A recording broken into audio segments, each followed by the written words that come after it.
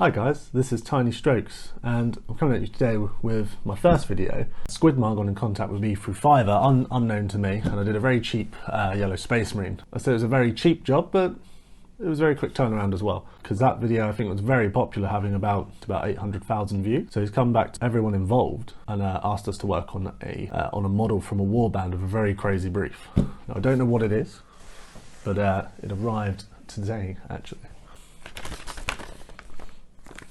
Here we go. So let's have a look what we've got.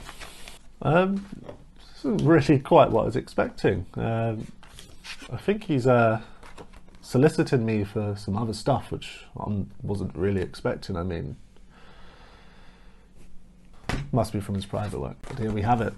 A little goblin dude with a net. It's quite good. I like painting goblins, and I really like all these warband models that Games Workshop have been releasing. So it gives you a chance to put a lot of effort into a small warband of models, which usually when you're painting armies for them, if you want any hope of getting anything done, you can't really paint them to a high level as you'd like. The brief we've been given for this as well is really interesting. I was just reading it here. I'll give it in short, it's quite a long brief. They hate black robes and the colour black because one of them got cursed by a black robe, and all the magic in the underworld affected them and really messed with their minds. It sort of turned everything up to 11. All their mushroom munching, all their goblin battering, all their raiding, and all the other filthy, disgusting, magical things grots tend to do. So I've got a good idea with this, actually. We'll get back to that during the painting. So here we have just the regular goblin. Got in nice and stuck down to a temporary base because I'm going to probably do the base separately. We started off with Vallejo Surface Primer Black, and we just whacked that straight in an airbrush. To be honest, you don't need to use an airbrush for this. I do prefer the airbrush undercoating, especially when I want to do a lot of detailed work. You know, Chaos Black spray works just fine.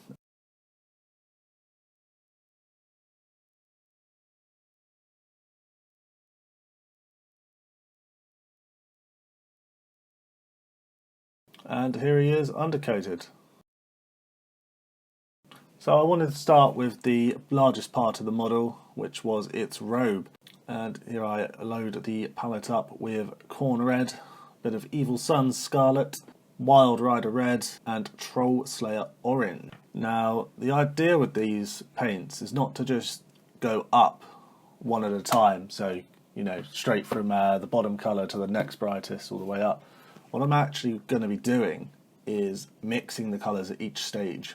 So at first I'll just go straight with Corn Red, then I'll mix it with Corn Red, Evil Sun, Scarlet, equal mix, and then go straight to Evil Sun, Scarlet after that, and so on all the way up. We're going to be filling the paints down quite a bit, just getting the base colours down now, taking time to be neat with it. This is probably going to take another thin layer just to make sure the colours built up, and we've got a nice strong base coat to work with. I'm not too bothered about leaving any black in the shadows because this colour will act as my shadow colour. In hindsight, I probably wanted to zenith highlight this model, but in the end it wasn't really needed.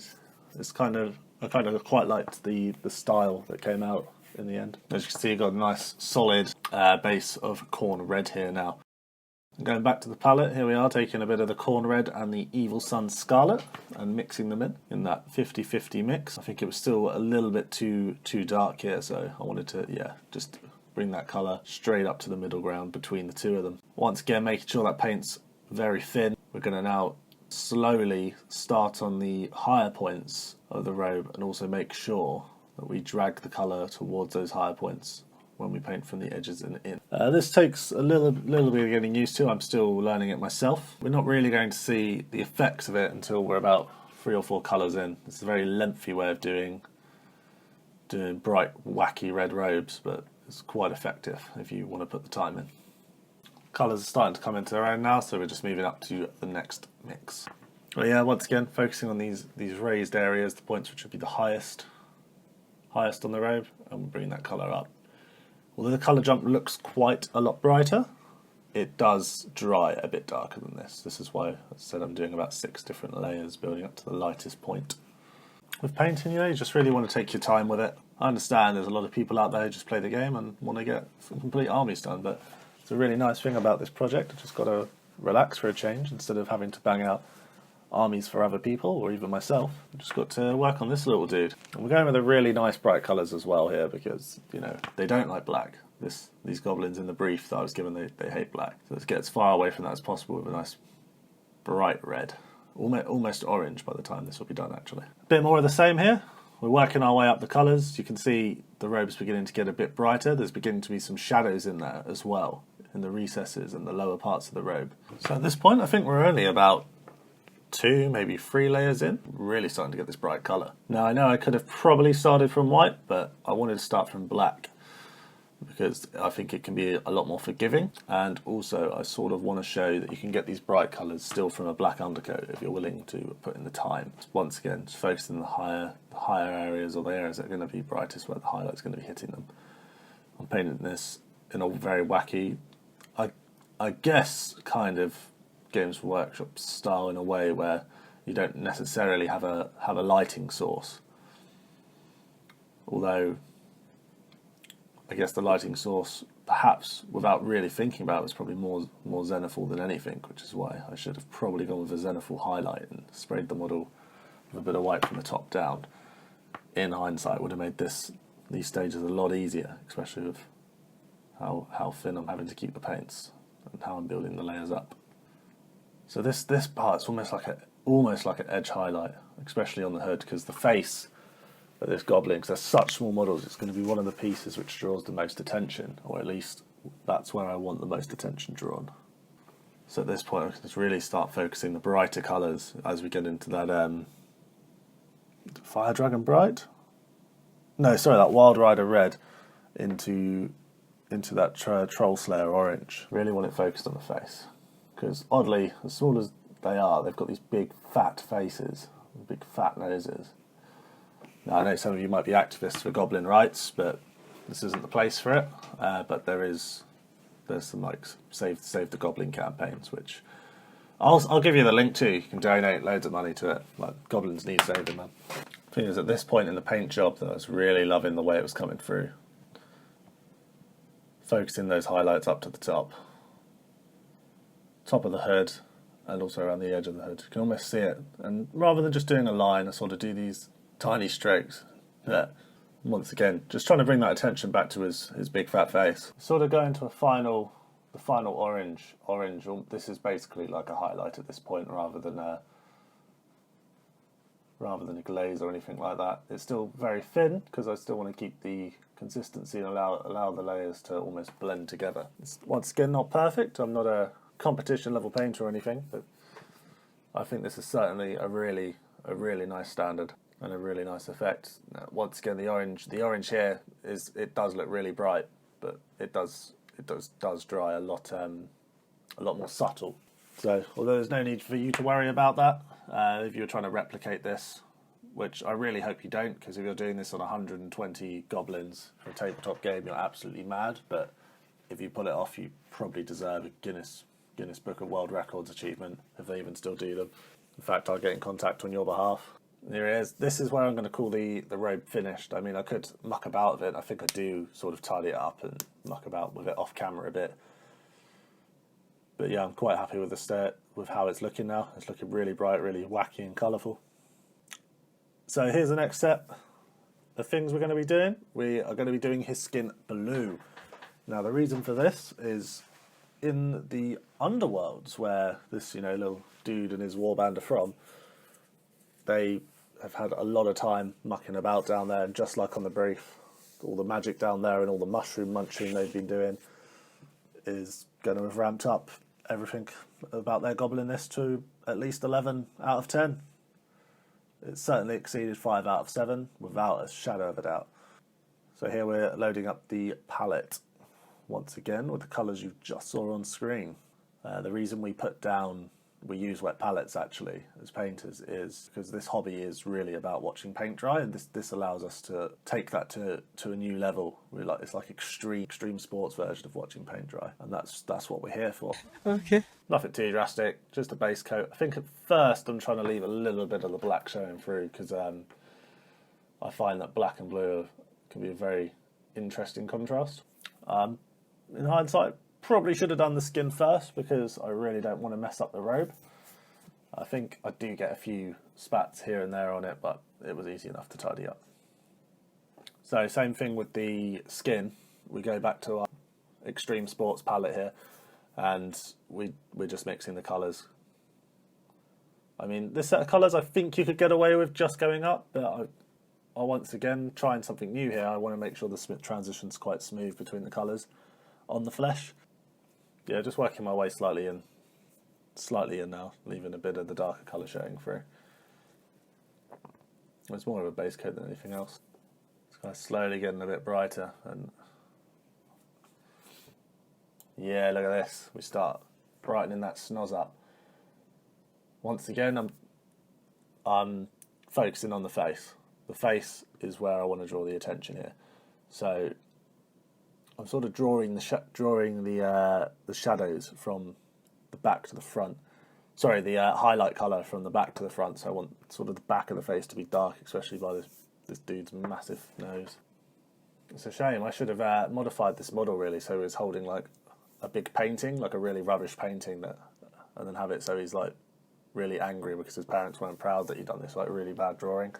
Like, what do you mean you're not going to put it on the fridge? Now that we're a good number of layers in, it's starting to really come together. Here I want to focus on the knuckles, and I'm trying to draw in points, draw it in tiny lines in a way, because actually these skin areas are quite flat. There's not really much muscle definition.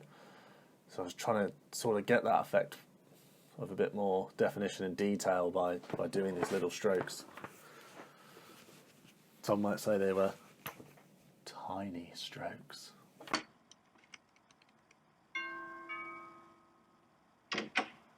Hello?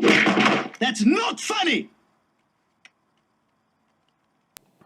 Yeah, really much more of the same. It's just getting more extreme every time, with highlighting even less than last time. I think overall on this model, I didn't do as well with the skin as I'd liked, but I was really happy with the face. Yeah, at this point I'm pretty happy with him. He's the core of the model's done. It's just some details, and I had a bit of a crazy idea for the net, because I thought, do you know what? He's not just catching normal people. Purple. We love a bit of purple.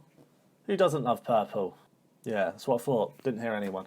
So, being the undisputed authority on what everyone loves, we're now moving forward.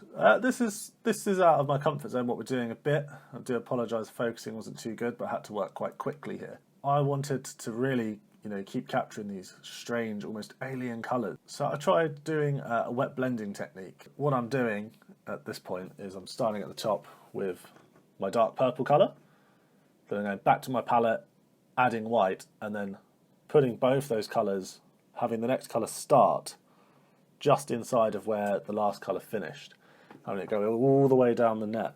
I do apologise for not showing the palette as much, but I mean, watching paint dry is boring enough without watching me mix it as well. But on a serious note, I know mixing it could be helpful, but I really wanted to capture the effect of what I was trying to do. So this is quite messy, and I wish I'd sort of taken my time with it, because I had to really go back and tidy it up later. But it was a technique I wasn't familiar with, and I wanted to try at least one thing on this model that took me out of my comfort zone. Yeah, now we're at the bottom, it's almost white, That's what I wanted. I wanted this smooth transition of colour. As I said, it's not as smooth or as neat as I should have really done it, but the result's still quite nice. I do go back off camera and mess around with this a lot. Now we're moving on to some flash git yellow. Can't have gone with a bit of flash git. We're just going to paint all the little moon details with these, sort of a throwback to the original goblins. And I thought, you know what? Why just the moons? Let's get these mushrooms as well. So I had a look on the website, actually, Games Workshop website, and I thought the painting was so very lazy. I mean, there's not a lot you can do with a black robe, but you should have at least made that colour scheme pop with some bright mushrooms in this net, and they just didn't. They just didn't do that at all. It's beginning to really look wacky, This guy looks like he snorts magic for breakfast. Gets it right up his snots. So look at that. Striking young man, isn't he? We're pulling out the green ochre, however you want to say it. I can't actually read. We just sort of dot it on the belt. I don't think rope would change too much, no matter how much magic you put into it. With here, just take your time. Like I've done it on all my Plague Monks as well. Yep, and now we're just very carefully dotting the teeth in. I thought start from, when I do teeth and things, I don't like to just start from white. The same goes for bone. I like to start from a sort of sandy colour, or a colour like this, which is like a dark sandy colour. The shabty bone's a good example of it. And then I like to build it up from there. So pulling down or up to the tip of each tooth with a line, leaving a bit of the colour from the previous layer, because that's a really nice effect. Here he is. I think I added a few more highlights to his face off camera to sort of really draw you to that chin and snoz. Messed around, a bit of purple on the dagger. I think actually I should have probably done something a bit more with the dagger on his back. It was a bit lazy of me. I just wanted to keep it alien, and I didn't want to add too many more crazy colours to it, so I thought purple on the knife at the back of the model's probably not a bad shout. Yep, starting on the base now. The base didn't take too long, because to be honest it's really boring. Like, once again, the Games Workshop website didn't offer much for these bases either. They've just done them just black and grey. So, you know, I did mine black and grey as well. That's what's coming. Bit of a spoiler there. See? There's the grey. So very boringly, just dry brushed it with absolutely rubbish brush that I have. It's actually, I think someone just knocked it together out of a twig in the garden, but it works. Does the job of dry brushing. Don't spend loads of money on a dry brush. Also, makeup brushes are the one for dry brushing. It's a colour above the ochre that I used for the teeth. It's dark sand from Vallejo. Doing a very light dry brush of this. Oh, no, I'm talking crap. I didn't dry brush it. I just very quickly filled in the bone. I kind of mess up a bit, but it's fine. I'll tidy it up later. Oh, no, I wasn't lying. I do dry brush. So I think I focused this on the rocks that are poking out to just try and draw the attention to some of these sculpted parts of this base. Boom. Look at that. Pro painter. Takes years of expertise to get to this level, I tell you. Now with the base done, I still wanted it to reflect them. So we're doing something a bit different. We're going to mix some contrast Iden yellow with the shade Cassandora yellow. I find this is a technique I've sort of picked up from watching Darren Latham, one of the two, from watching him paint. So you mix them together, put just a drop of the contrast paint in with your shader, and it sort of sticks to it a lot better. So we're just doing the whole base like this right now. Whole base. It's looking a bit more yellow, but if you look where it's finished, we're getting this kind of also green effect. So I'll just get a wet brush here and just pull a bit off, because I wanted to leave some of the greys and darker colours. But what I was really trying to achieve is get a more like dingy, dank, dirty little cave that, you know, maybe this is like their little pit. Because that might not be a net he's got, might be a washing line. He's waking up in his dirty, grimy pit, flicking his washing line out, let his mushrooms dry on. You know how it goes down. I come in with a swab, and I think I might have been posh and put like a bit of airbrush cleaner on it, thinking I'm all it.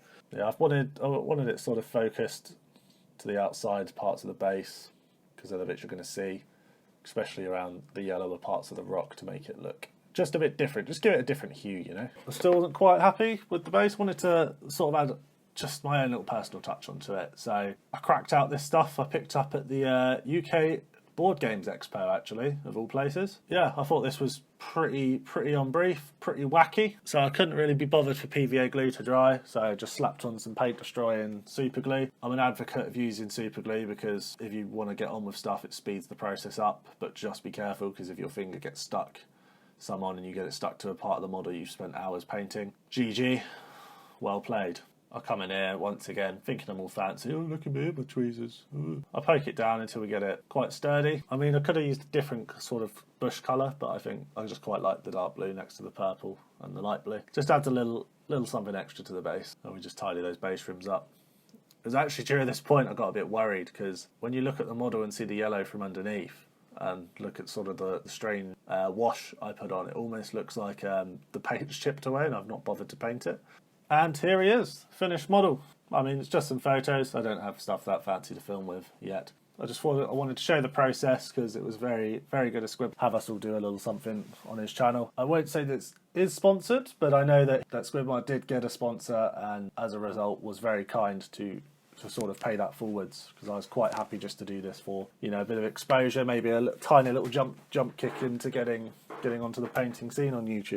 And congratulations for making it to the end of the video. No, seriously guys, it means a lot to me that you sat through and watched my whole video. I do not know the first thing about recording or editing videos, and I think it does really show. If you'd like to see more from me, consider subscribing and perhaps even liking the video. And for those of you that actually have specific ideas or content, feel free to put it in the actual comments, because I'm absolutely game for lots of different types of videos. I was thinking perhaps the direction of this channel, I'd like to help a lot of people get into the painting side of the hobby, rather than targeting at the very high-end level of painting of the hobby, because there are lots of fantastic people already doing that. As said, thank you so much for watching, and no matter how tempted you may be to get that army painted quickly, please do not put it in the house paint.